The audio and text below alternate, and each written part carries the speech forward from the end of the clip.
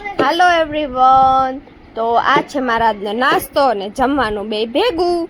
અને પછી હું જ્યારે ફિશને આપતી હતી એનું ખાવાનું ત્યારે મેં જોયું કે આમાંથી એક તો હલતી જ નથી. ને પછી જોયું એને બહાર કાઢીને તો એટલે આમ સરખું જોયું તો એ તો મરી ગઈ હતી. તો પછી અમે એને બહાર કાઢી લીધી અને આમ ઘર પાસે ગયા તો દાટી આવ્યા અમે એને.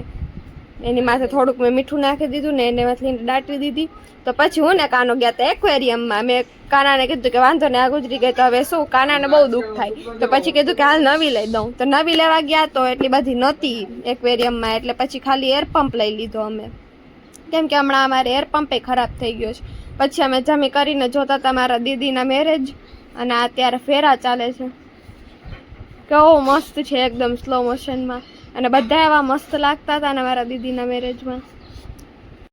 પછી મેરેજ પતી ગયા ને પછી બધા ફોટો પડતા હતા. તો અમે મારા દીદી હારે ફોટો ક્લિક કરાવ્યો. અને આ મારી બાજુમાં ઊભા છે એ મારા મામી છે, અને ઓલા મારા દીદી ને જીજાજી છે.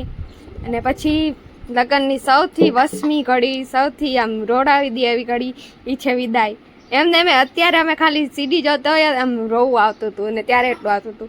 પછી આ હતું અમારું આજનું જમવાનું અને મારી લચ્છી. પછી કાનો ને બધાય રાતે મસ્તી કરતા હતા, બધાય રમતા હતા. તો કાનાનો તો પોતાનું તો બગડે જ, બીજાને બગાડે ને કોઈને સખત ના લેવા દે એવો છે ને મારો કાનો. અને આ જો બીજાની એ સરી કરે છે, અને હમણાં એના પગમાં ટીંગાઈ જશે. આ મારો 1 નંબરનો વાંદરો છે, મારો કાનો વાંદરો. પછી અમે બનાવી હતી સેન્ડવિચ, અને આ જો માસ્ટર શેફ જોવાનું.